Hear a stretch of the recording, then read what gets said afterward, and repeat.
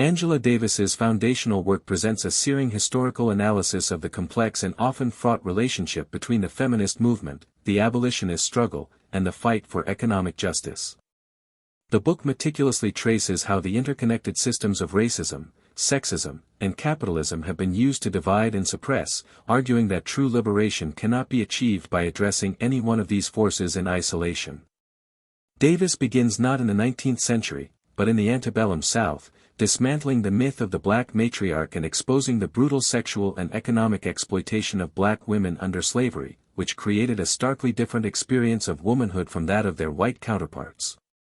This historical grounding sets the stage for an exploration of the early women's suffrage movement, revealing its deep and problematic roots in racial prejudice. Davis documents how prominent white suffragists, such as Elizabeth Cady Stanton and Susan B. Anthony, strategically used racist rhetoric to advance their cause, arguing that educated white women were more deserving of the vote than black men fresh from slavery. This tactical alliance with white supremacy created a lasting schism, alienating black women and setting a precedent where the advancement of white women was often pursued at the expense of racial justice. The narrative follows the consequences of this split through Reconstruction and the rise of lynching, highlighting how the cult of white womanhood was weaponized to justify racial terror and how black women like Ida B. Wells led the anti-lynching crusade, forging a politics that inherently linked race and gender.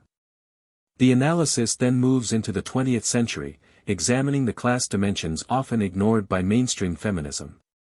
Davis critiques the limitations of the fight for the vote, showing how the 19th Amendment did little to materially change the lives of working-class women, particularly black domestic and agricultural workers.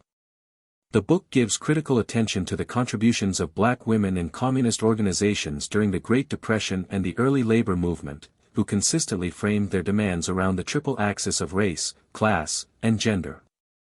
Figures like communist activist Claudia Jones are centered for their theoretical work that insisted that triple oppression of black women was a revolutionary force.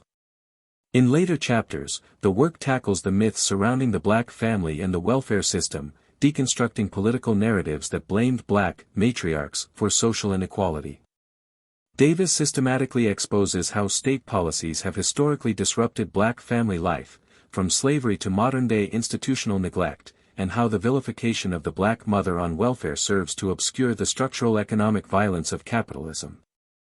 The final sections bring the analysis to the contemporary moment of the book's writing, assessing the modern feminist movement and its frequent failure to address the needs of women of color and poor women. The conclusion is a compelling call for a new, radically inclusive framework for liberation, one that learns from the failures of the past and builds a unified movement against the interlocking systems of power that oppress the vast majority. Davis leaves the reader with the undeniable thesis that the freedom of all women is inextricably bound to the destruction of racism and class exploitation.